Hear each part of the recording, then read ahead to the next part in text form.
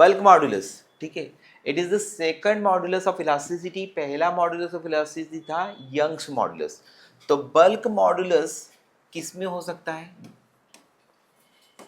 Solids में, liquids में and gases में, सभी में हो सकता है ना। बेसिकली अगर हमने किसी वॉल्यूम को लिया, जैसे एक स्फीयर को लिया, स्फीयर के अंदर सॉलिड स्फीयर भी हो सकता है, ये कोई बलून भी हो सकता है जिसमें गैस फील्ड है। तो अगर कोई बलून है जिसमें गैस फील्ड है या फिर कोई सॉलिड स्फीयर है ना, ठीक है, और उस पर हम नॉर्मल फोर्स सब्जेक्टेड करते हैं थ्रू ऑल डायरेक्शन, ठीक है, तो when normal force is applied through all direction, when normal force is applied through all direction, तो इसमें क्या आएगा? वॉल्यूम स्ट्रेस आएगी। वॉल्यूम स्ट्रेस होगी F upon A, that is equal to F upon 4πr² होगी, लेकिन मैं ए ही लिखना पसंद करूंगा। ये जब लग रहा है वॉल्यूम स्ट्रेस, तो वॉल्यूम स्ट्रेस लगने के कारण यहाँ पर क्या हो रहा है पता है? Change in pressure. F upon A क्या होगा? Change in pressure.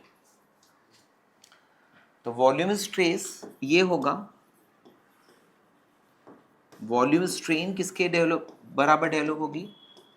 Change in volume upon original volume. यहाँ पर अगर एक बॉडी पर नॉर्मल फोर्स सब्जेक्टेड करते हैं तो नॉर्मली उसका वॉल्यूम क्या होता है? रिड्यूस होता है। तो इसमें एक नेगेटिव साइन लगा सकते हैं। बल्क मॉडुलस को बी या फिर के से बताते हैं। तो bulk modulus is equal to क्या होगा?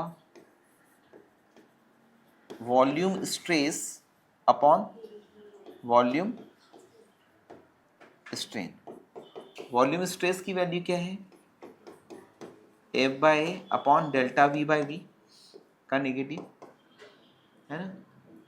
It is change in pressure into original volume upon change in volume, ठीक है। तो अगर एक बॉडी पर हमने क्या करा? नॉर्मल फोर्स लगाया थ्रू ऑल डायरेक्शन, म्हणजे हम क्या कर रहे हैं? उस पर प्रेशर अप्लाई कर रहे हैं। तो change in pressure into initial volume upon change in volume, ये है बल्क मॉडुलस। बल्क मॉडुलस आपको यहाँ पे भी काम में आएगा। आया समझ में? बल्क मॉडुलस आपको हीट में भी काम में आएगा, थर्मोडायनामिक्स में भी काम में आएगा, और बल्क मॉडुलस आपको वेव्स में, साउंड में भी काम में आएगा, है ना। तो बल्क मॉडुलस जो है वो किस में ऑकर होता है? In all liquid, solids and gases. और bulk modulus, higher is the bulk modulus means what? Lesser is the change in volume. अगर डेल्टा वी स्मॉल होगा तो क्या होगा? बी क्या होगा? हाई होगा। तो बल्क मॉडुलस ज़्यादा है, इसका मतलब क्या है? वो मटेरियल लेस कंप्रेस है। वो मटेरियल लेस कंप्रेस है, जिसको कंप्रेस कर सकते हैं, यानी उसका वॉल्यूम जो है वो ज़्यादा चेंज होगा तो उसका बल्क मॉडुलस कम होगा। तो एक और टर्म आती है, उसको बोलते हैं compressibility. Compressibility is reciprocal of bulk modulus.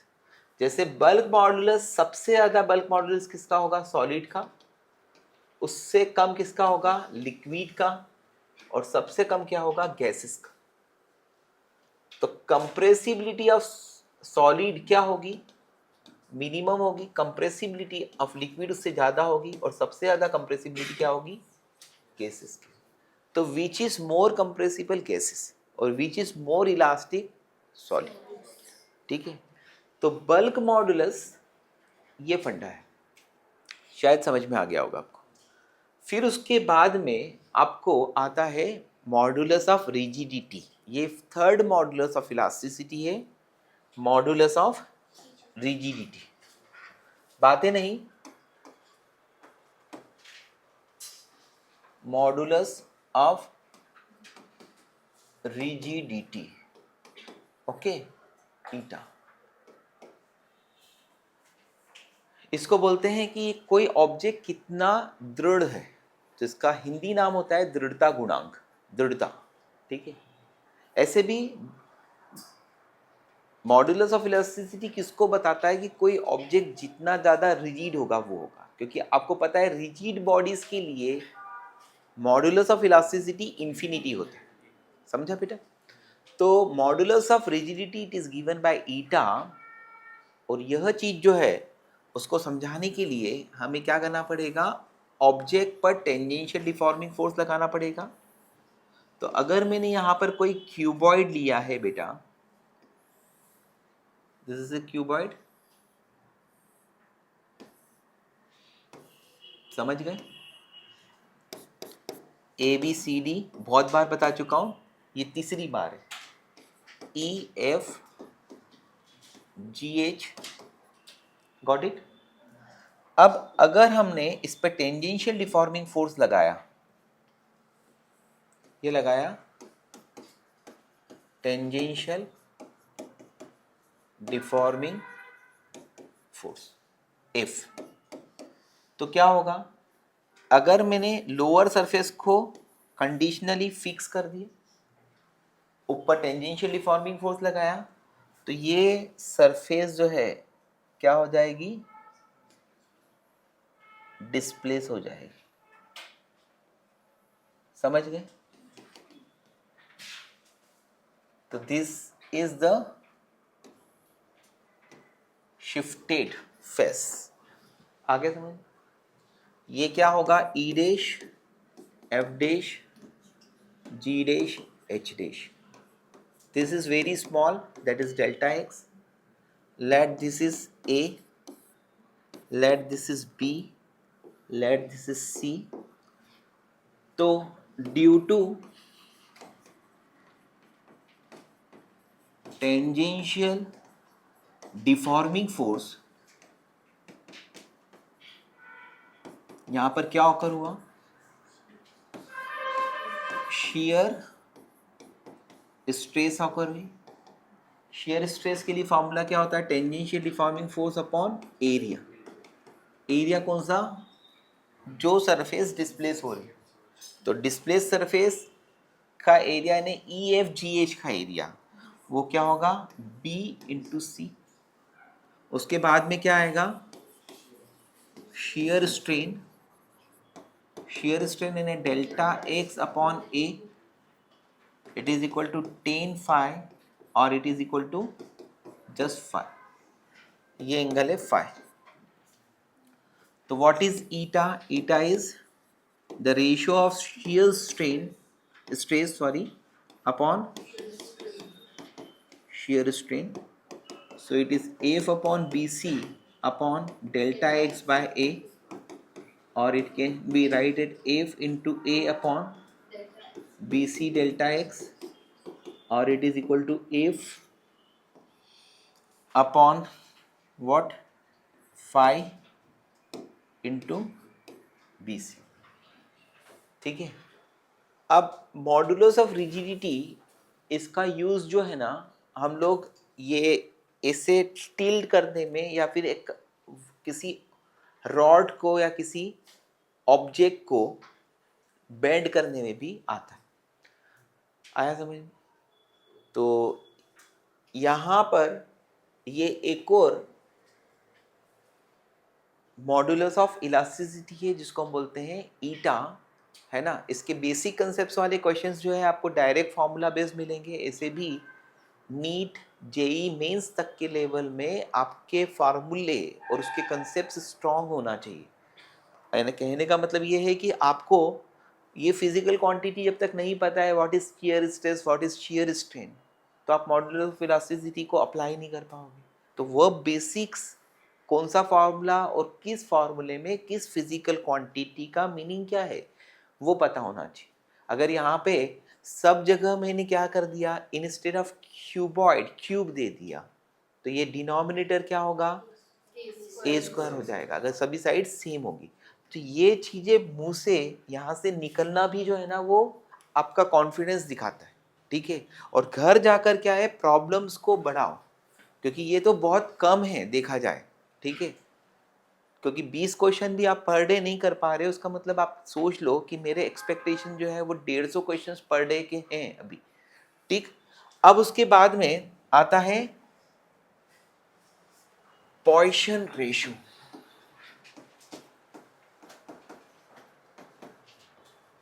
Poison की स्पेलिंग ये है क्या, एक पॉइजन होता है और इसमें एक एक एक एक एस एक्स्ट्रा है, this is the Poisson ratio, okay. इसने पॉइसन ने ये एक रेशियो निकाल के दिया था।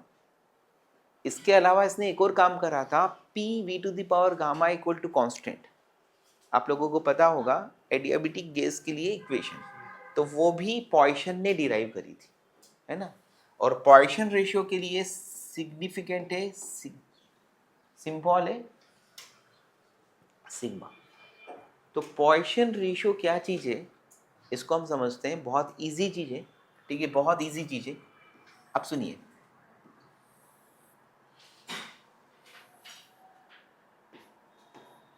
ये रॉड है, लेंथ एल है और रेडियस कितनी है आर, समझ में आया? अगर मैं इस रॉड पे फोर्स लगाता हूँ, ठीक है, आया समझ में? एक काम करता हूँ, इसी में दिखा देता हूँ, इसी में दिखा देता हूँ। इस पे मैंने फोर्स लगाया,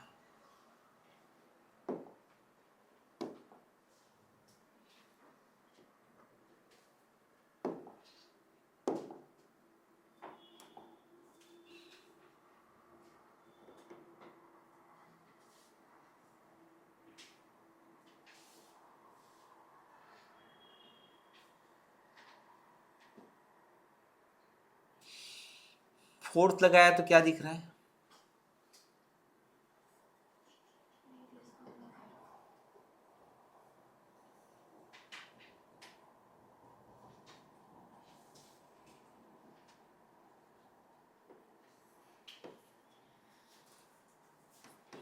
लेंथ हो गई L plus,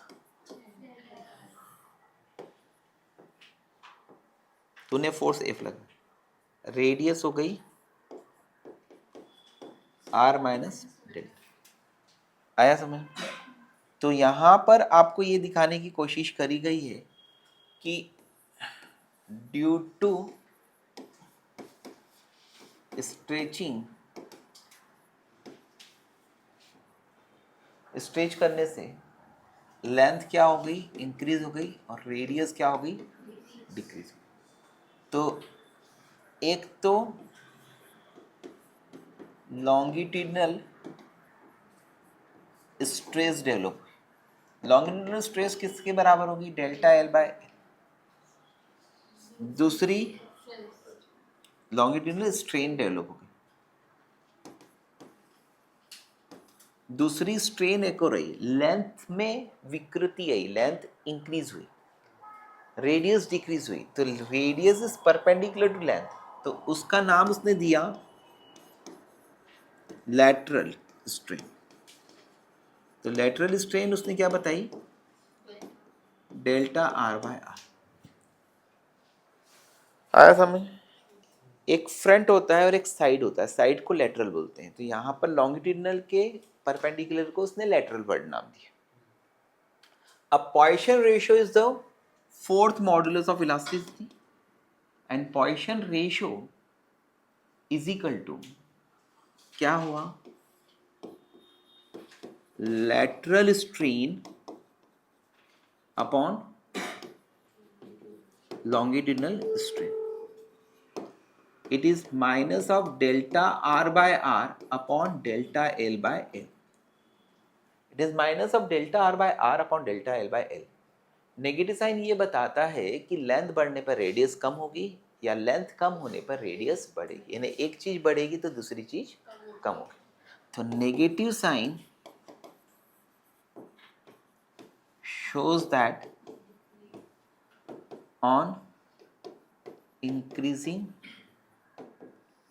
length radius decreases. Okay, तो ये था हमारा पॉइसन रेशियो यानी सिग्मा, और पॉइसन रेशियो y के ईटा एंड सिग्मा, ये चार मॉडुलस ऑफ इलास्टिसिटी के प्लेयर्स हैं, है ना। y के eta sigma, y is equal to होता है 3k इंटू 1 माइनस 2 सिग्मा, और y इज इक्वल टू होता है 2 ईटा इंटू 1 प्लस सिग्मा। ये इम्पॉर्टेंट रिजल्ट्स हैं, है ना। ये हम लोगों को बीएससी फर्स्ट ईयर या सेकेंड ईयर में इनके डेरिवेशंस थे। आप लोगों को इनके डेरिवेशंस नहीं है, डायरेक्ट है। इनके डेरिवेशंस लगभग एक एक पेज के ऊपर के हैं ईच के, है ना। लेकिन इनडायरेक्टली मैं आपको कुछ क्वेश्चंस में उसके बारे में समझा दूंगा कि कैसे आते हैं, ठीक है। तो यहाँ पर आपको एक क्वेश्चन ये भी आ सकते हैं कि which of the following formula is the correct. ये फार्मूला है आपके सिलेबस में, लेकिन इनके डेरिवेशंस नहीं है। तो y is equal to 3k into 1 minus 2 sigma, y is equal to 2 eta into 1 plus sigma. इन दोनों से मेरे को 3 रिजल्ट्स और निकलते हैं। पहला कि यहाँ पर मैं क्या कर सकता हूँ, यहाँ पर मैं क्या कर सकता हूँ, पहला तो यहाँ से y के एंड ईटा में रिलेशन निकाल सकता हूँ, यस और नो, यस। तो मेरे को सिग्मा हटाना पड़ेगा बेटा। तो यहाँ पर क्या आएगा, y by 3k is equal to क्या आ जाएगा, 1 माइनस 2 सिग्मा। दूसरा इसको 2 का अंदर मल्टीप्लाई कर देता हूँ, तो y by eta is equal to क्या आ जाएगा, 2 प्लस 2 सिग्मा। इन दोनों को सम कर दिया तो क्या आएगा, y by 3k plus y by eta equal to 3, just 3। समझी। अब इस इक्वेशन में मैं y का डिवाइड कर देता हूँ बोथ द साइड्स, और 3 का मल्टीप्लाई कर देता हूँ बोथ द साइड्स। तो ये क्या आ जाएगा, 1 by k plus 3 by eta is equal to 9 by y। तो this is the one another result, जो कि एक बात आ गई समझ में आपको। मैंने कहा 3 और चीज बता सकता हूँ, ठीक है। सेकंड चीज यह है कि यहां पर इनकी वैल्यूज जो है, आपको पता है कि y की मिनिमम वैल्यू किसके लिए होगी, y की मिनिमम वैल्यू किसके लिए होगी, लिक्विड और गैसेस के लिए, है ना। और यहाँ पर अगर हम और रिजल्ट बताते हैं for liquid and gases, y क्या होता है, 0। अदरवाइज y क्या होगा, 0 से बड़ा अप टू इन्फिनिटी हो। तो y इज ग्रेटर देन और इक्वल टू 0 अगर मैंने लिया यहाँ पर, तो क्या आएगा, फर्स्ट रिजल्ट से 1 minus 2 sigma is greater than और इक्वल टू 0। इससे क्या आएगा, sigma is less than half. Got it, got it. फिर एक और रिजल्ट आएगा, सिंस इट इज y, तो ये y जो है ना वो क्या है, ग्रेटर देन और इक्वल टू 0 है। कोई भी मॉडुलस ऑफ इलास्टिसिटी 0 से बड़ा ही होगा, है ना। तो इसका मतलब क्या होगा, 1 plus sigma is also greater than और equal to 0 and sigma greater than और इक्वल टू -1। इन दोनों इक्वालिटीज को, एक बोल रहा है कि सिग्मा की वैल्यू 1/2 से कम है, तो इसका मतलब ये होगा कि सिग्मा की वैल्यू जो है आधी से कम होकर टी माइनस इन्फिनिटी हो। दूसरा ये बता रहा है कि सिग्मा इज ग्रेटर देन -1, तो -1 से इन्फिनिटी। तो दोनों को अगर हम कंबाइन करते हैं तो सिग्मा किसके किसके बीच में लाया करता है बेटा, -1 से हाफ। ये थियोरिटिकली है, ये थियोरिटिकली है, बट प्रैक्टिकली सिग्मा की वैल्यू 0 से हाफ के बीच में होती है, 0 से हाफ के बीच में होती है। यानी ज्यादातर सिग्मा की वैल्यू जो है ना वह 0 से 0.4 के बीच में आती है, अगर हम कैलकुलेट करते हैं तो। समझ में आया। तो ये चीज़ें जो है ना, उससे आपको एग्जाम्स में कुछ क्वेश्चंस डायरेक्टली सॉल्व हो जाते हैं, जो मैंने अभी वर्डिंग्स बोले, ठीक है। और मेरी आदत क्या है, मैं आपको सारी चीज़ें बोर्ड पर लिखा देता हूँ, ठीक है। तो वो बार बार रिवाइज करते रहोगे, ठीक है, तो आपको एग्जाम के क्वेश्चन जो है एकदम डायरेक्ट लगेंगे कि नहीं यार, सिग्मा की वैल्यू किसकी किसके बीच में आती है, -1 से हाफ। प्रैक्टिकली इसकी वैल्यू जो है ना वो 0 से हाफ के बीच में होती है, और ज़्यादातर इसके आंसर्स जो है वो 0.4 के आसपास आते हैं, ठीक है। तो कई बार क्या हुआ कि अगर आपने क्वेश्चन देखा तो हो सकता है कि आपको इन्हीं चीज़ों से क्ल्यू मिल जाए। अब ये हुआ आपका पहला बल्क मॉडुलस, दूसरा मॉडुलस ऑफ रिजिडिटी, एंड तीसरा व्हाट, ठीक है। इसके अलावा इलास्टिसिटी में आपको थ्योरी में दो चीज़ें और आती है, that is elastic fatigue, elastic after effect और इलास्टिक हिस्टेरेसिस, ठीक है। इलास्टिक हिस्टेरेसिस मैं बाद में बताऊंगा, ये दो डेफिनेशंस अभी मैं बता रहा हूं। पहला बता रहा हूं इलास्टिक थकान,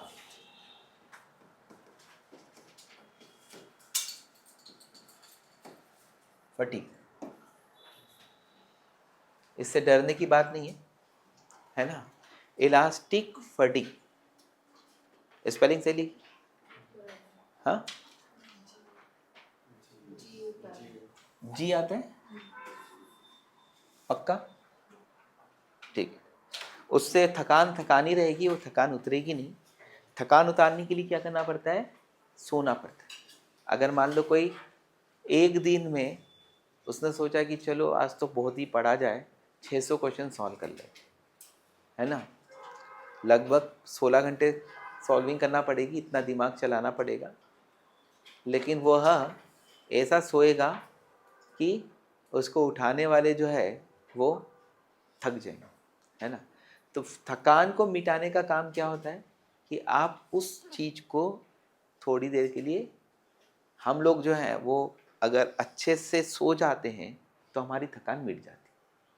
अब थकान कब आती है, वर्क करने, है ना, तुम लोगों को बिना वो करे भी थकान आ जाती है, ठीक है। तो कुल मिलाकर elastic fatigue in the case of what, material, material में थकान कब आती है, जब मटेरियल को हम बार बार यूज़ करते हैं। क्या करते हैं, बार बार यूज़ करते हैं। बार बार यूज़ करने का मतलब है कि एक वायर लिया, उसको हमने फोर्स लगाया, फोर्स हटा दिया, फोर्स लगाने पर इलांगेटेड होगा, फोर्स हटाने पर वापस से अपने ओरिजिनल कॉन्फ़िगरेशन पर आ गए। फॉर एग्जांपल एक वेइंग मशीन, तो वेइंग मशीन में क्या होती है कि स्प्रिंग होती है, उस पर आप खड़े होते हो, तो स्प्रिंग जो है ना वो क्या होती है, इलांगेटेड होती है और आपके वेट को रीड करती है। अब यार एक वेइंग मशीन जो है कोई होम्योपैथिक डॉक्टर के घर पे रखी हुई है ना, और उनके यहाँ पे क्या होते हैं, पेशेंट्स आते हैं 100-100 रुपये वाले, ठीक है। तो पहला पेशेंट आया, उसने वेट में करा, दूसरा पेशेंट आया वो अपनी फैमिली के साथ आया, उसने क्या करा, सभी ने वेट मेजर कर लिया। तो इसलिए वहाँ पर क्या हो रहा है, रिपीटेड अल्टरनेटिंग डिफॉर्मिंग फोर्स लग, क्या लग रहे हैं, repeated alternating deforming force. Repeated इसलिए क्योंकि लग रहा है, हट रहा है। अल्टरनेटिंग इसलिए क्योंकि कभी संस्कार अपना वेट मेजर कर रहा है, कभी विधि अपना वेट मेजर कर रही है। तो ये सब जब वेट मेजर कर रहे हैं तो ये क्या हो रहा है, बदलता जा रहा है ना।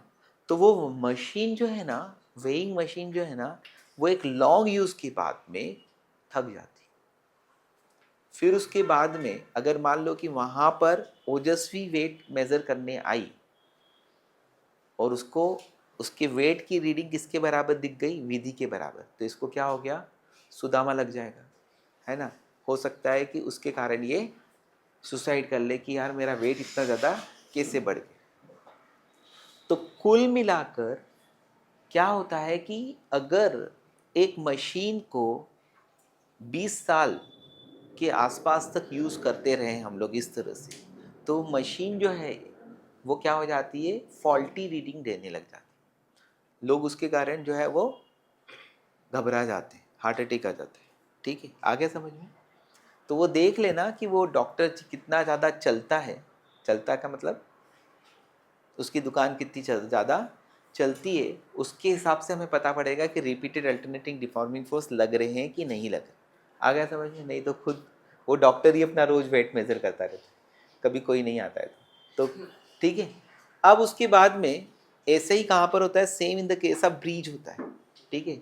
तो ब्रीज पर क्या होते हैं, 24 आवर्स में एक मेन रश टाइम होता है, तो वहाँ पर क्या होता है, बार बार रिपीटेड फोर्स लग रहे हैं, क्योंकि व्हीकल्स जो है वो पास होते जाते हैं, कभी पास होते हैं, कभी कम पास होते हैं, कभी जीरो पास होते हैं।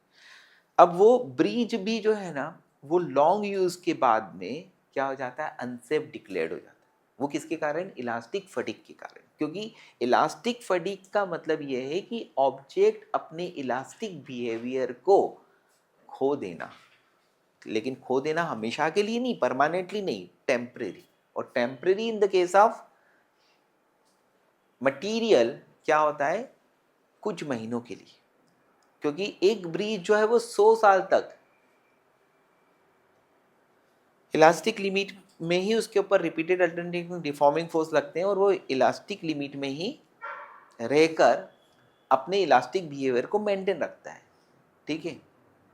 तो कुल मिलाकर आपको मैं सिंपल बहुत सारी चीज़ें बता दी। इस चीज़ को बताने में पता नहीं क्यों मज़ा आता है हम लोगों को, लेकिन चीज़ बहुत सिंपल है। चीज़ बहुत सिंपल है कि एक वायर है, अब इस वायर पर हम लोग क्या कर रहे हैं,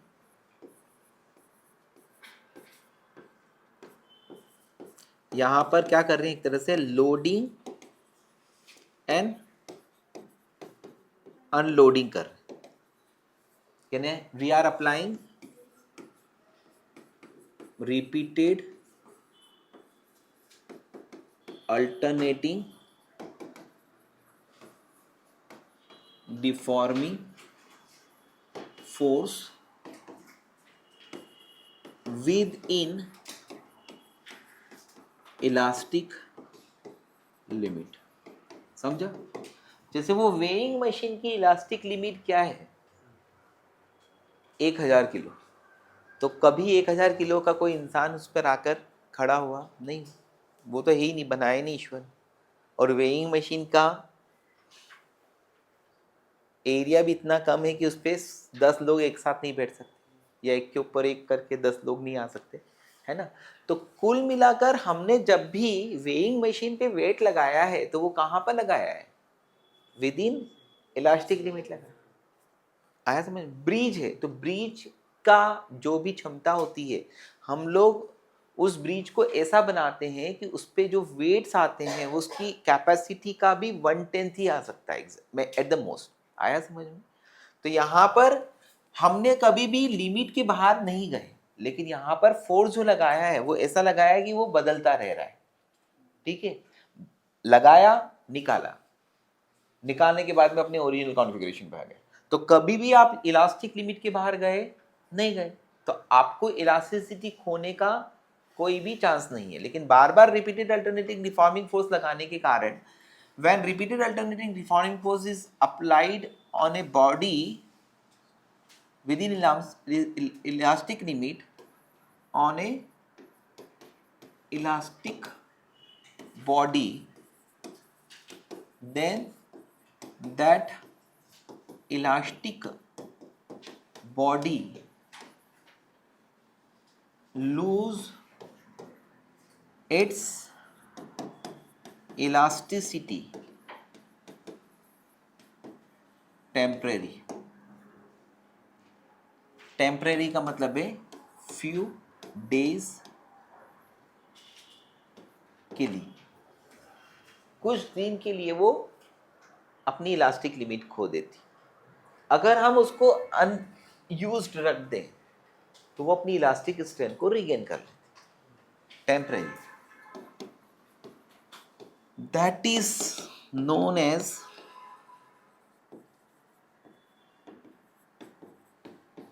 elastic fatigue if we kept it unused for some days, then it will regain its elastic strength. समझ में? अगर हम उसको कुछ दिन के लिए, कुछ महीनों के लिए रख देते हैं, जैसे ब्रीचेस को 6-7 महीने अनयूज रख दो, तो ब्रीच भी अपनी इलास्टिक स्ट्रेंथ को क्या कर लेते हैं, रीगेन कर लेते हैं. तो this phenomena is known as elastic fatigue. Elastic fatigue से दो चीजें होती हैं. Bridges are declare unsafe. आया समझ में? आफ्टर ए लॉन्ग यूज, है ना. अगर उसके बाद भी आप ब्रीच को यूज करते रहे तो ये कोई चांस नहीं है कि परमात्मा आपको अपनी आत्मा में मिला ले.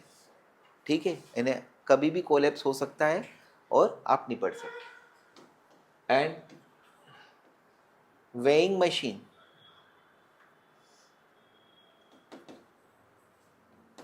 weighing machine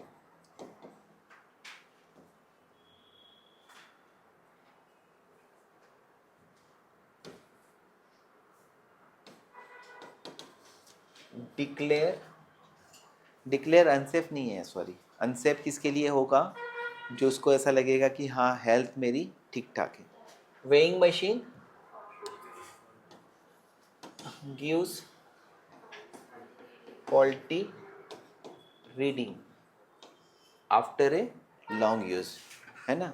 आया समझ में? ये था आपका इलास्टिक फटीग, है ना.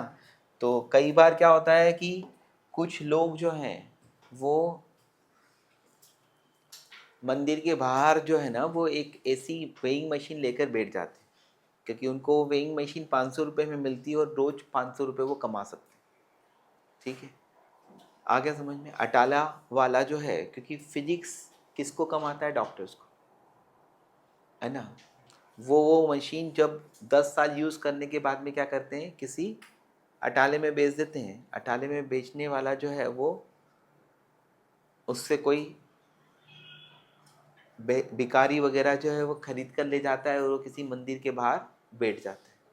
ठीक है, तो वो वाली रीडिंग जो है ना वो अच्छी नहीं होती. ठीक है, आपको उसको 10 रुपये देना है तो ऐसे दे दो, वेट मेज़र करके, टेंशन मत लो. आया समझ में वैभव? ठीक है, और तू तो बार बार यूज़ करेगा उसको तो बेचारी निपट ही जाएगी, है ना. अब उसके बाद में आता है, इलास्टिक फटीग के बाद में आता है एक और चीज़ है, इलास्टिक आफ्टर इफेक्ट. जैसा नाम है, इलास्टिक आफ्टर इफेक्ट, यानी इलास्टिक के बाद का इफेक्ट.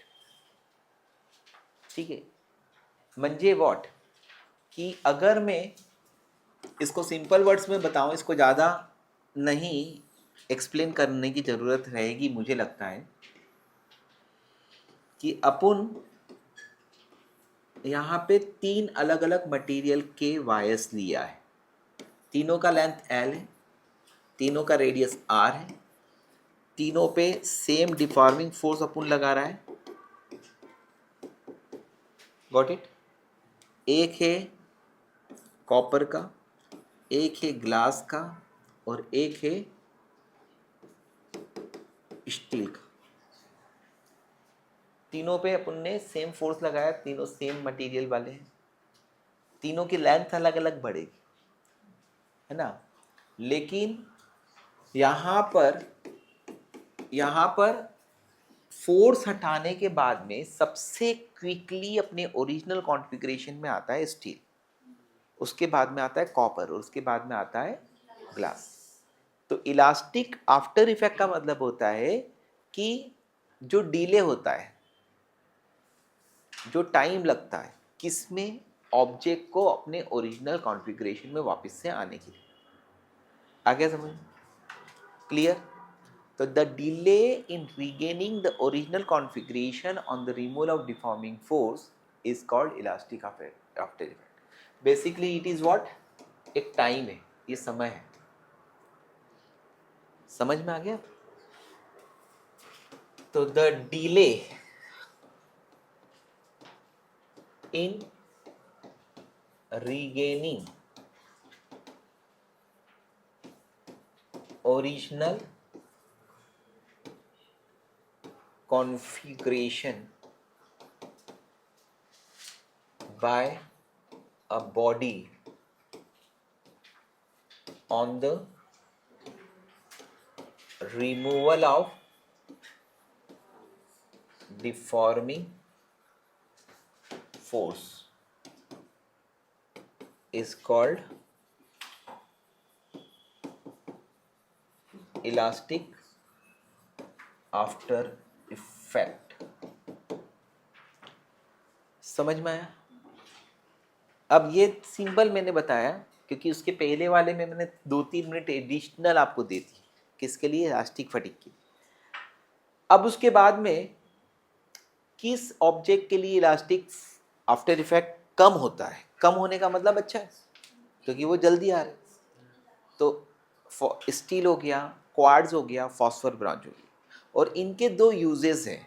उस पे ऊपर कंसेप्चुअल क्वेश्चन आते हैं। ये क्वेश्चन जेई और नीट में, ये जो छोटे छोटे मैं कंसेप्ट बता रहा हूँ ना, ये जेई और नीट में असर्शन रीजंस के क्वेश्चंस अभी आए हैं।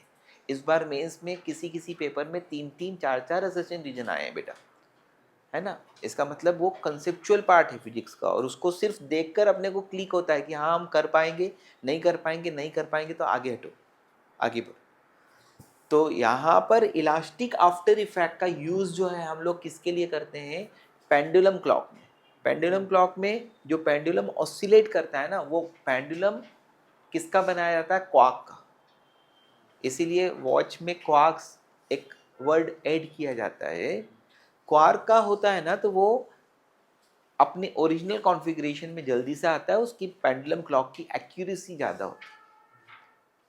ऐसे पेंडुलम क्लॉक्स जो हैं वो टेम्परेचर के इफेक्ट के कारण जो होता है ना, उनमें एक्सपेंशन वगैरह जो है वो होने के कारण टाइम में डिफरेंस आता है। तो एक और मटेरियल का बनाया जाता है, इनवार मटेरियल का, वो बाद में आएगा आपको हीट टॉपिक में। लेकिन जो पेंडुलम में, पेंडुलम वॉच में जो पेंडुलम जिस एक स्ट्रिप्स के साथ में अटैच्ड होता है, वो स्ट्रिप बनाई जाती है क्वार्क्स की। वैसे ही किसी इंस्ट्रूमेंट में किसी ऑब्जेक्ट को, कॉइल को वगैरह को सस्पेंडेड करना पड़ता है, उसको लटकाते हैं कॉइल को, और वो कॉइल जो लटकाई जाती है वो भी ऐसे मटेरियल से लटकानी होती है जिसका इलास्टिक आफ्टर इफेक्ट क्या है? कम है। तो वो मटेरियल जो है वो है फॉस्फर ब्रॉन्ज। ठीक है, तो देयर आर 2 मटेरियल्स, एक बोला मैंने quartz and phosphor bronze have low elastic after effect, है ना। इनके इलास्टिक आफ्टर इफेक्ट कम है। therefore pendulum clocks are made up by quartz and phosphor bronze wire is used as a suspension wire in moving coil galvanometer. तो ये moving coil galvanometer आप लोगों को 12th में मैं पढ़ाऊंगा। उसमें फॉस्फर ब्रॉन्ज वायर का use as a suspension wire जो है वो क्यों करते हैं, उसका कारण बस यही है कि इनका इलास्टिक आफ्टर इफेक्ट क्या है, कम है। वंस ये डिफॉर्म हो गए वायर तो अपनी ओरिजिनल कॉन्फ़िगरेशन में जल्दी से लौट कर आ जाते हैं। ठीक है, अब आपका थोड़े बहुत इनके न्यूमेरिकल्स बचते हैं तो मैं नेक्स्ट अभी लूँगा। ठीक है, अभी के लिए इतना ही अपन कंप्लीट करते हैं। ठीक, यस, कुल मिलाकर कुछ क्वेश्चंस को अपन डिस्कस करते हैं। देखिए,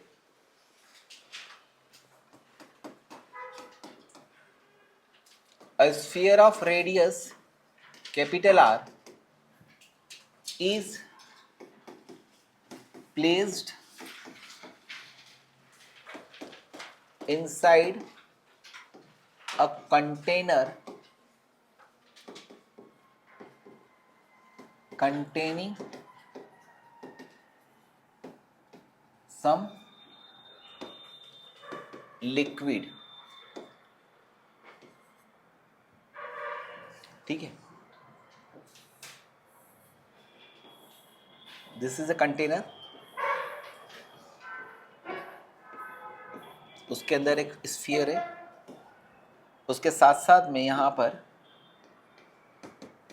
लिक्विड है और यहाँ पर it is fitted with A piston.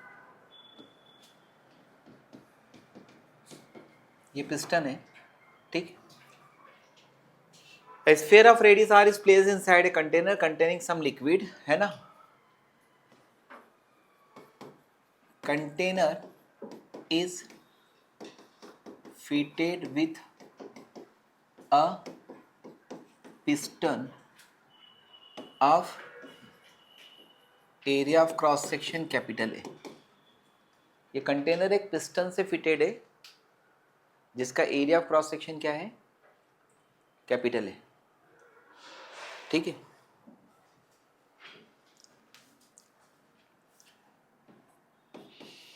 Now a block of mass small m is placed on piston। इसके ऊपर एक ब्लॉक रखा जाता है जिसका मास कितना है, स्मॉल m है, इस पिस्टन के ऊपर। देन फाइंड फ्रैक्शनल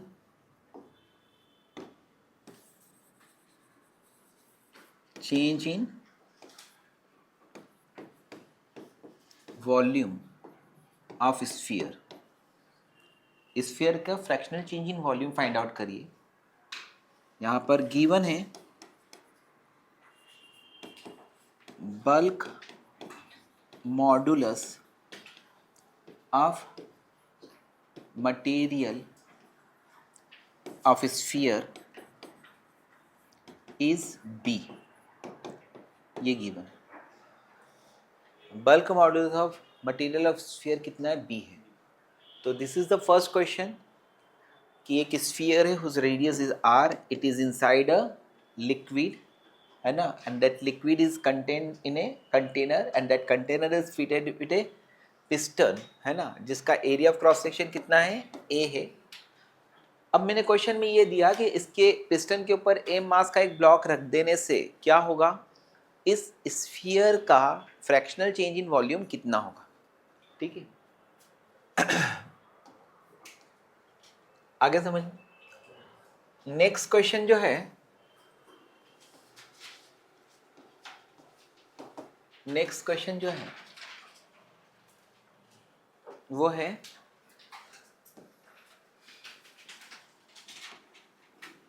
ये एक रॉड है, लेंथ एल है, रेडियस आर है ना।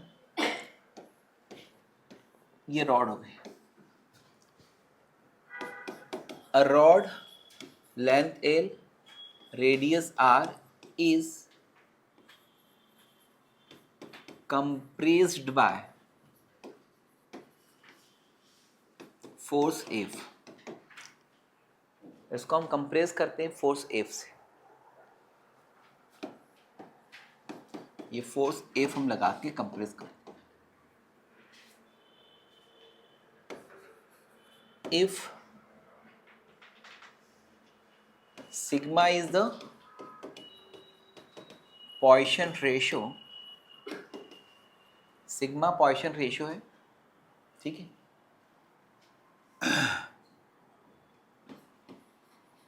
देन फाइंड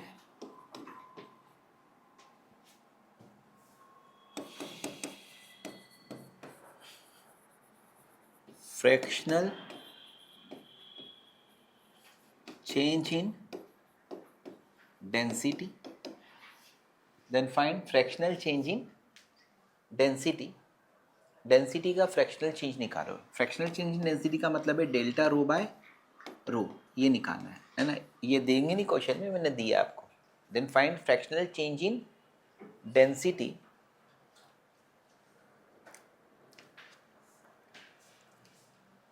यहाँ पर गिवन है Young's modulus of material y है, मटेरियल का यंग्स मॉड्यूलस कितना है, y है, ठीक है। आपको क्या निकालना है, फोर्स F लगाने पर फ्रैक्शनल चेंज इन डेंसिटी निकालना है। Got it?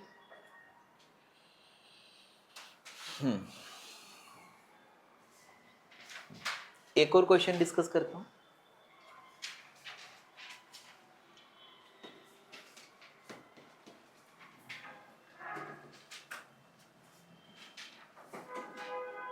ये रॉड है AB, इसकी लेंथ है 160 सेंटीमीटर, इसकी लेंथ है 160 सेंटीमीटर। इसमें ये D,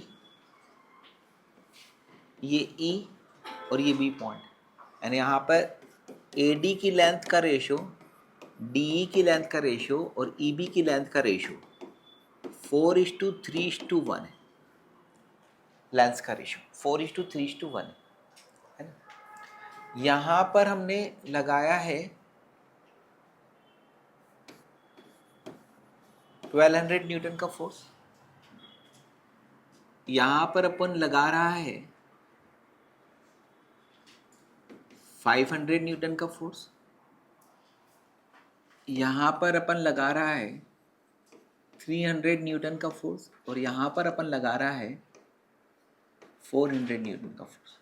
500, 300 एंड 400 इसी डायरेक्शन में, और इधर 1200 इक्विलिब्रियम में, इधर भी 1200 न्यूटन है, उधर भी 1200 न्यूटन है, टोटली इक्विलिब्रियम में। Area of cross section is equal to है 3 सेंटीमीटर स्क्वायर। यंग्स मॉडुलस, ये पूरी एक ही रॉड है, इसका यंग्स मॉडुलस है 2 × 10⁻11 न्यूटन पर मीटर स्क्वायर। आपको क्वेश्चन क्या है, find total decrease in length, decrease in length, क्योंकि ऐसा फोर्स लगाने पर लेंथ क्या होगी बेटा, कम होगी। तो आपको total decrease in length of this निकालना है, ठीक है, total decrease in length of this निकालना है, ठीक। तो ये 3 क्वेश्चंस को अटेम्प्ट करो। इसके अलावा जो क्वेश्चंस आते हैं वो क्या आते हैं कि कोई लिक्विड जो है ना किसी समुद्र में, वो सरफेस पर जो लिक्विड होता है और उसके बल्क में, उसकी डेप्थ में जो लिक्विड होता है उसकी डेंसिटी में फ़र्क पड़ता है, क्योंकि लिक्विड जितना नीचे नीचे जाएगा वो उतना ही ज़्यादा क्या होगा, प्रेशर ज़्यादा होगा, तो उतना ही ज़्यादा प्रेशर होने के कारण वो कंप्रेस ज़्यादा होगा, तो उसकी डेंसिटी में चेंज कितना आता है, इस टाइप के क्वेश्चन से। और ये सिंपल जो बल्क मॉडुलस का फॉर्मूला है ना, क्या, delta P upon delta V/V, उससे रिलेटेड क्वेश्चन है, ठीक है। तो वो क्वेश्चंस को मैं अभी यहाँ पे जो फार्मूला यूज होंगे उसके हिसाब से समझा दूंगा, लेकिन ऐसे क्वेश्चंस भी जेई नीट में आए, करेक्ट, अटेम्प्ट करके देखो। यहाँ पर क्वेश्चन जो है उसमें ये कहा गया है कि वेट पुट करने के बाद में क्या करना है, change in fractional change in volume निकालना है। तो यहाँ पर सॉल्यूशन पार्ट क्या होगा, टू डिटरमाइन, आवाज नहीं, क्या निकालना है, डेल्टा V/V, गॉट इट। अब B इज इक्वल टू क्या होता है, change in pressure upon delta V by V का नेगेटिव, है ना। चेंज इन प्रेशर किसके बराबर होगा, फोर्स पर यूनिट एरिया। किसके कारण चेंज इन प्रेशर हो रहा है, mg अपॉन ए। तो डेल्टा V बाई V की वैल्यू क्या आ गई, minus of delta P upon B, है ना। आया समझ में। तो एग्जैक्टली यहां पर ये क्या होगा, minus mg by a into B, है ना। यहां पर mg बाय ए बी की वैल्यू तो पॉजिटिव होगी, है ना। तो डेल्टा V बाय V, यानी कि यहां पर आपको चारों ऑप्शंस में से नेगेटिव साइन वाला ऑप्शन नहीं अगर दिया है तो सही answer mg by A B ही होगा। समझ में आया, क्योंकि वो मैग्नीट्यूड जो है उसको पूछ सकते हैं वहां पर। डेल्टा V बाय V की वैल्यू ओवरऑल पॉजिटिव बनाने के लिए हम माइनस लगाते हैं, ये ऑलरेडी पॉजिटिव है, ये मेरा कहने का मतलब है। ठीक है, तो ये क्वेश्चन बहुत इजी था एंड द सेम क्वेश्चन जो है वो जेई में पूछा है। ठीक है, यही वाला क्वेश्चन। ठीक, अब नेक्स्ट क्वेश्चन हमारा है ये वाला कि एक रॉड है जिसकी लेंथ एल है, रेडियस आर है। इसको मैंने कंप्रेस करा तो लेंथ कम हो जाएगी, रेडियस बढ़ जाएगी। तो इस टाइप के क्वेश्चन में आपको क्या निकालना है, फ्रैक्शनल चेंज इन डेंसिटी, है ना। डेंसिटी इज इक्वल टू क्या होता है बेटा, मास अपॉन वॉल्यूम। इसका लॉग ले लीजिए, तो log rho is equal to क्या होगा, log M minus log V. इसको डिफरेंशिएट करेंगे तो लॉग रो का differentiation 1 upon rho, with respect to rho है तो delta rho. Log M, mass तो कांस्टेंट होगा तो इसका डिफरेंशिएशन 0, लॉग वी का 1 अपॉन वी, डेल्टा वी। तो एक फंटास्टिक रिजल्ट जो है आपको आता है कि delta rho by rho is equal to क्या होता है, minus of delta V by V. यानी पिछले क्वेश्चन में अगर मैं फ्रैक्शनल चेंज इन डेंसिटी पे पूछता तो न्यूमेरिकली वो आंसर वही आता, सेम आता न्यूमेरिकली, है ना। अभी मेरे को डेल्टा रो बाय रो निकालना है, यानी मेरे को एक तरह से डेल्टा वी बाय वी निकालना है। तो इसके लिए हम क्या करना चाहेंगे, तो यहाँ पे हम बोलेंगे वॉल्यूम इज इक्वल टू क्या होता है, सिलेंडर है ना, ये रॉड है, सिलेंडर है, पाई आर स्क्वायर एल। अब फिर आप इसका भी लॉग ले लीजिए, तो log V is equal to क्या होगा, log pi plus 2 log R plus log L. Log V का डिफरेंशिएशन क्या होता है, 1 upon V with respect to V है तो डेल्टा वी, इसको डिफरेंशिएट कर दिया। ठीक है, लॉग पाई का 0 plus 2 1 upon R delta R plus 1 upon L delta है। Got it. Delta V by V जो अपने को निकालना है, या इसका नेगेटिव जो होगा वो डेल्टा रो बाय रो होगा, इज इक्वल टू क्या आएगा, delta L by L common निकाल लिया तो ये क्या बचेगा, 1 plus 2 delta R by R upon delta L by L. इसके लिए हम क्या कर सकते हैं, delta V by V is equal to minus of delta rho by rho, delta L by L यानी क्या, लॉन्गिट्यूडिनल स्ट्रेन।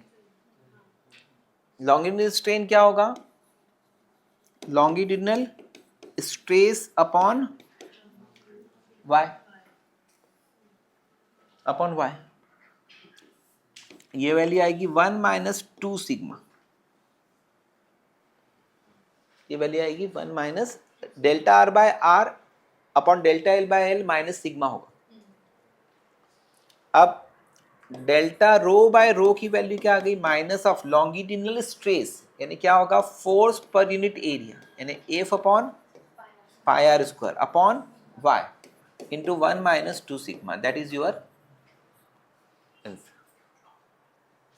ठीक है, और इसी तरह का एक डेरिवेशन जो है y इज इक्वल टू, आपको मैंने बोला था ना 3k इंटू 1 माइनस 2 सिग्मा, तो उस तरह की चीजें लेकर वो आते हैं।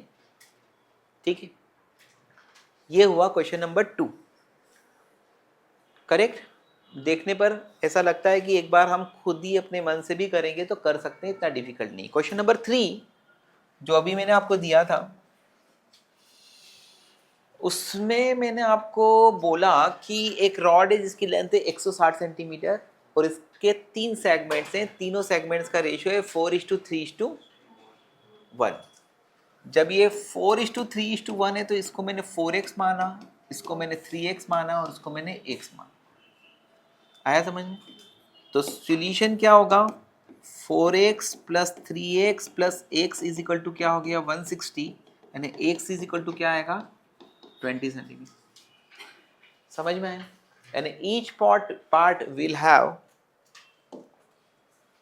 Of length 80 centimetre, 60 centimetre and 20 centimetre. अब सुनिए, ये पार्ट है which part, AD।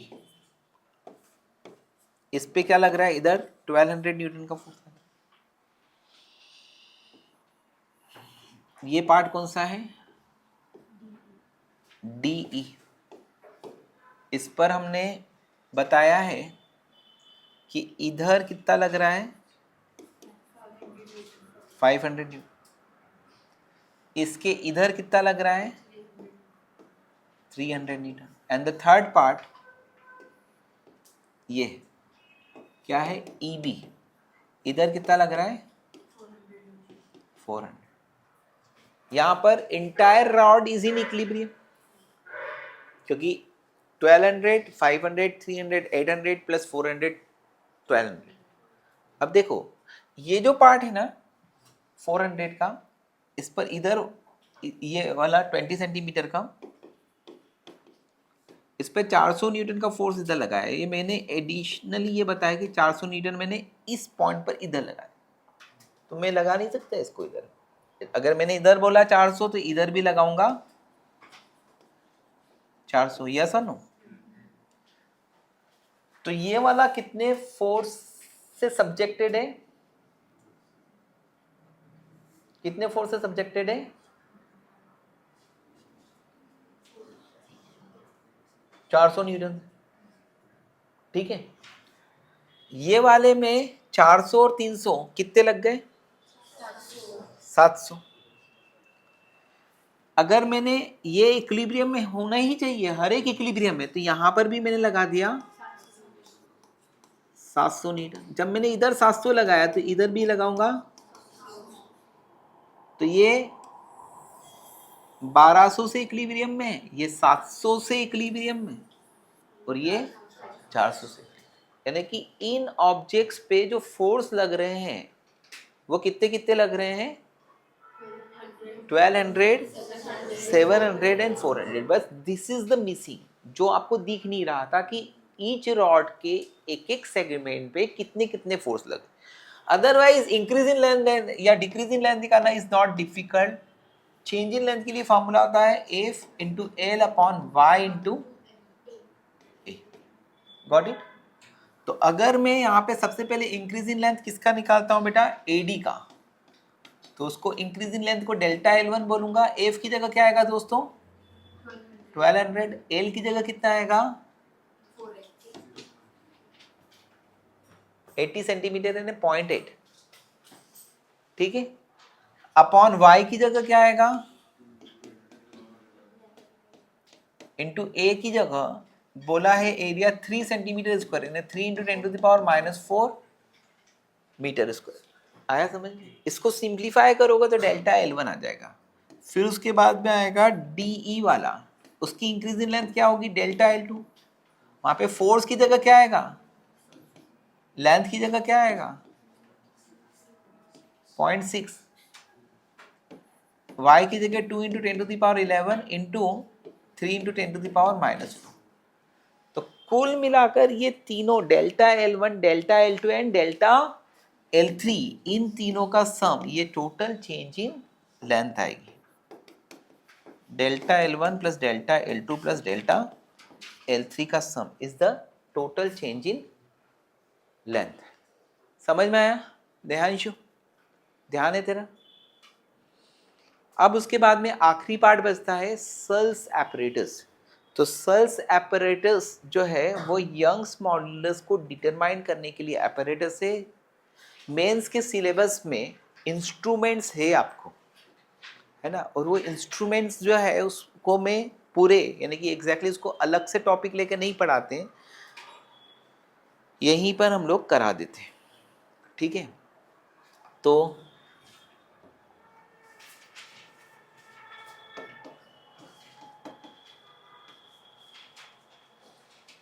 Determine Y by Searle's apparatus, determined by Searles apparatus। ठीक है, अब यंग्स मॉडुलस मुझे अगर निकालना है किसी वायर का, आया समझ में? तो y के लिए दोस्त फार्मूला क्या है? mgl अपॉन, देखने में तो ऐसा लगता है कि M G L upon pi R square delta L, यानी एक वायर ले लो, उसकी इनिशियल लेंथ पता कर लो। किससे मेजर करोगे? मीटर स्केल से, कितने सेंटीमीटर की वायर है। उसकी रेडियस किससे पता करोगे? स्क्रू गेज से, क्योंकि स्क्रू गेज की एक्यूरेसी बहुत अच्छी होती है। एक एपरेटस है जिसका नाम है स्क्रू गेज। तो यहाँ पर इसके लिए आता है मीटर स्केल से मेजर होगा। ये कैसे मेजर होगा? स्क्रू गेज से। ठीक है, ये मेजर करने के लिए भी स्केल का यूज करते हैं। ये वेट है ना, तो देखने में डेल्टा एल ही निकालना पड़ेगा ना, है ना। इसके लिए तो मैं एपरेटस कोई सा भी यूज हो वो करेंगे, लेकिन ये डेल्टा एल निकालना जो है वो सर्स ने बहुत अच्छे से एक एक्सपेरिमेंट बनाया जिससे बहुत सारी एरर्स जो है हट जाती। तो आपके टॉपिक्स जो है ना, आखिरी के जो टॉपिक्स होते हैं, एरर एंड इंस्ट्रूमेंट, तो एरर के बारे में भी यहाँ पे पढ़ने को मिलेगा। और बीच में बहुत सारे एपरेटस आते हैं, पोटेंशियोमीटर आता है, मीटर ब्रिज आता है, सल्स एपरेटस आता है, इंजन हाउस एक्सपेरिमेंट आता है। ये सब मैं आपको जब होंगे तभी बताऊंगा। तो वो टॉपिक आखिरी में नहीं पढ़ाया जाता है, वो पूरे साल जो सिखाते हैं उसमें चलता है। अब ये एपरेटस है क्या? तो ये एपरेटस जो है, ये रूफ हो गई, छत हो गई, इससे दो वायर्स जो हैं वो सस्पेंडेड कराते,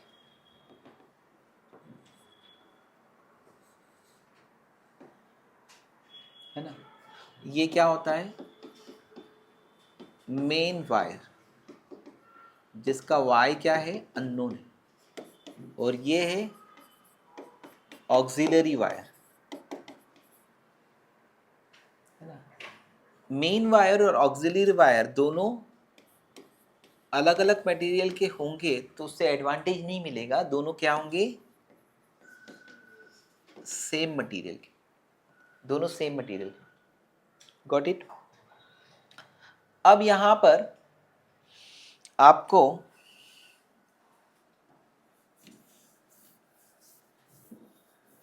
ये दो वायर है, बहुत लंबे होते हैं, तो इसलिए बीच की लेंथ को डॉट डॉट से बता दिया, फिर ये आ गया। अब यहां पर हम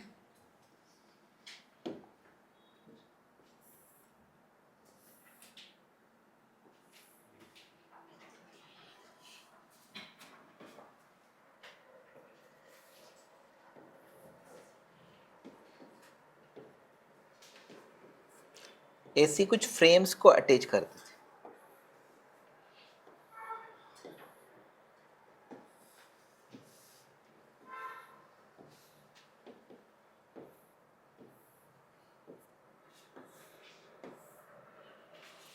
ये क्या हो गई? दो फ्रेम्स हो गई। ये फ्रेम आपस में इस तरह से भी कनेक्टेड होती है, समझ में? लूज फ्रेम्स होती है ना, जैसे जो ऐसी यहाँ पर फ्री टू मूव होगी, तो इसको फ्रेम को अगर ऐसा अभी रेक्टेंगल जैसा दिख रहा है, थोड़ा सा ऐसा करोगे तो क्या होगा, है ना, रोम्बस जैसा हो जाएगा, करेक्ट। तो कुल मिलाकर ये जो फ्रेम है, ये दोनों फ्रेम्स के बीच में रीडिंग लेने के लिए हम लोग कुछ इस तरह की चीज लगाते हैं।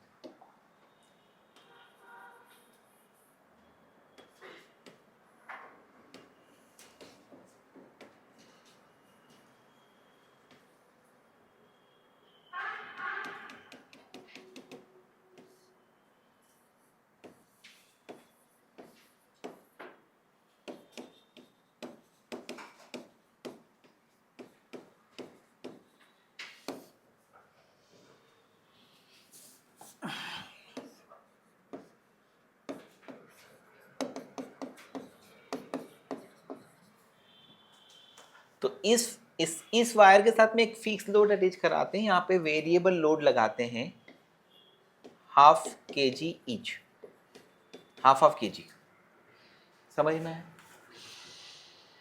ओके, ये सारा जो मैं आपको प्रणाली बता रहा हूं, ये किसको निकालने के लिए, डेल्टा एल निकालने के लिए। तो अभी तक जो apparatus था, आप किसी लैब के अंदर इंटर करोगे तो उस लैब में एक कोने पर इस तरह से दो तार से इस तरह की फ्रेम वाला पार्ट अटैच करके एक्सेल्स apparatus बनाया जाता है। एल कैसे निकालेंगे, मीटर स्केल से, डेल्टा एल कैसे निकालेंगे, यही अभी मैं बता रहा हूँ, और आर कैसे निकालेंगे, स्क्रू गेज से। और ये apparatus जो है, इसमें सबसे पहले क्या करते हैं कि हम इस वायर का लोडिंग एंड अनलोडिंग करते हैं। क्या करते हैं, loading and unloading. Loading and unloading क्यों करते हैं, ताकि ये वायर अपने रेगुलर एक्सपेंशन और कंप्रेशन में आ जाए। ठीक है, भले से 0 रन बनाने वाला इंसान भी होगा रोहित, तो भी क्या करेगा, मैदान में जाने के पहले वो थोड़ा सा स्ट्रेचिंग करेगा, है ना, आया समझ में? ये से ही इस वायर को एक्सपेरिमेंट करने के पहले लोडिंग एंड अनलोडिंग करते हैं। लोडिंग एंड अनलोडिंग से वो वायर क्या हो जाता है, अपने रेगुलर एक्सपेंशन और कंप्रेशन में आता है। वो भी तुम लोगों जैसा है कि सुबह उठकर क्या पढ़ नहीं पाते हो ना, थोड़ा सा इस तरह की एक्सरसाइज करना पड़ती होगी शायद से, है ना।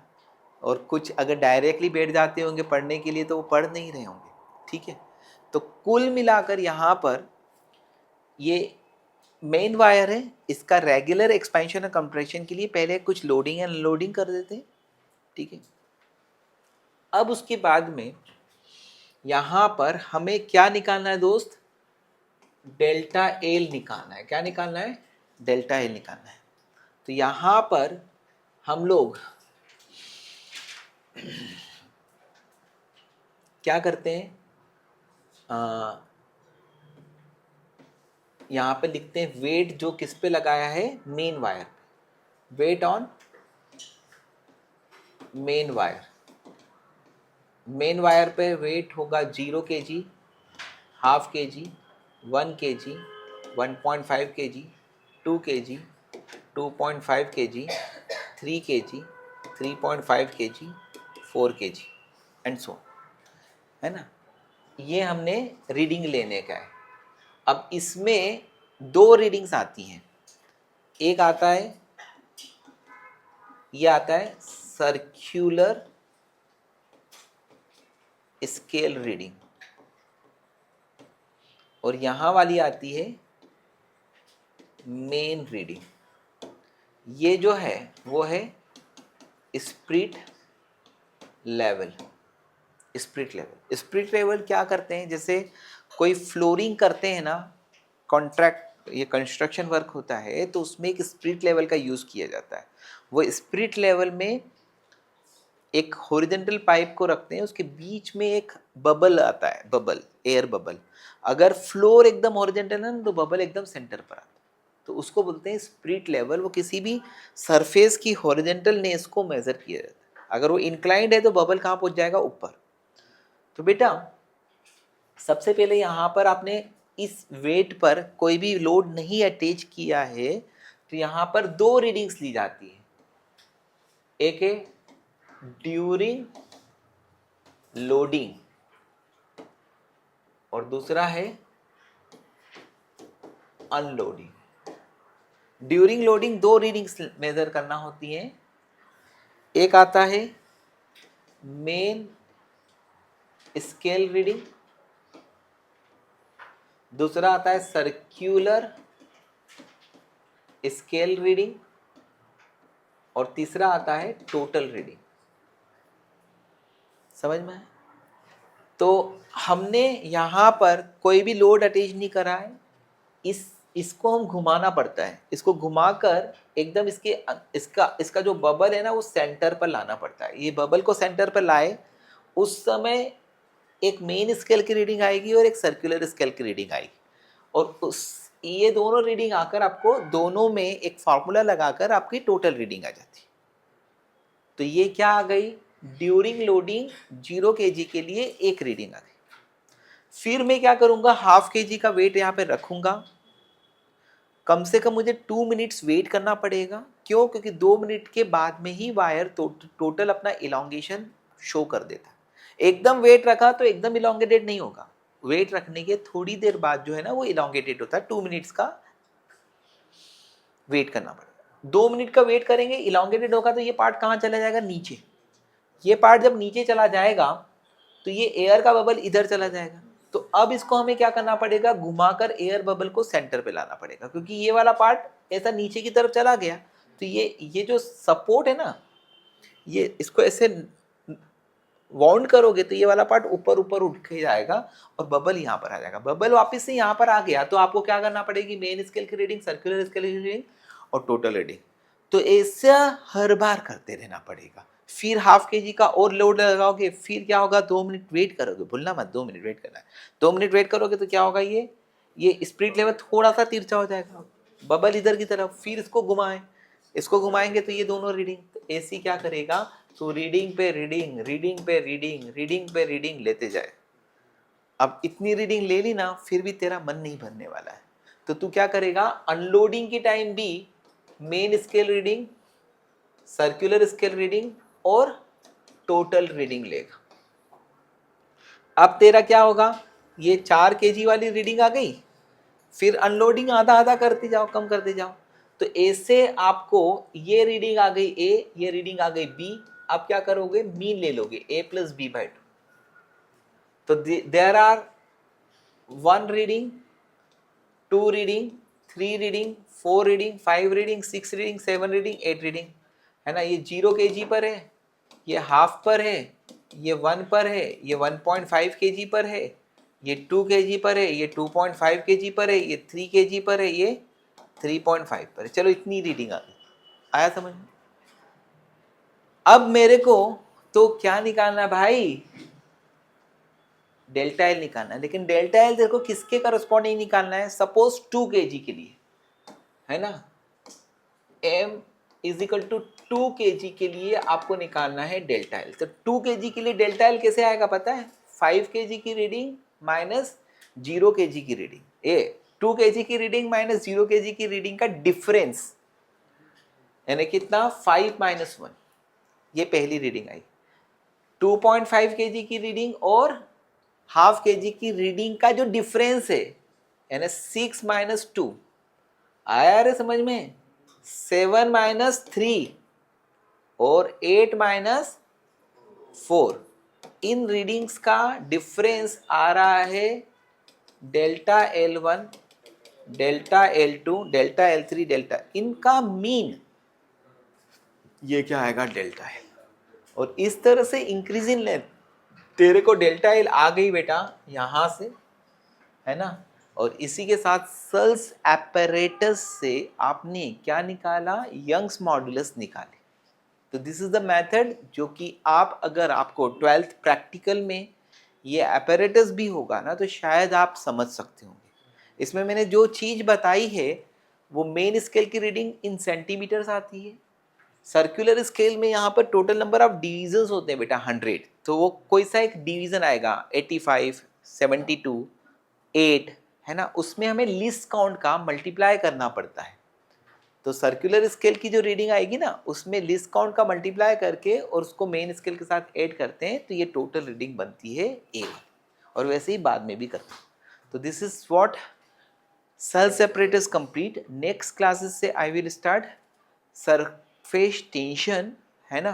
तो आप डीपीपीज पूरी कर लो, रोज 15 क्वेश्चन भी सॉल्व कर लेते हैं तो हम लोग लाइन और लेंथ में इस तरह से रहते हैं कि हमें कोई रोक नहीं पाता। देखा जाए तो मेंस में ये टारगेट मन में बनाओ कि 300 में से 300 स्कोर करना है मुझे, ठीक है। और उसके लिए 100 दिन जो है वो आपने अगले बहुत इज्जत से मेहनत कर ली ना तो हो जाएंगे, ठीक है।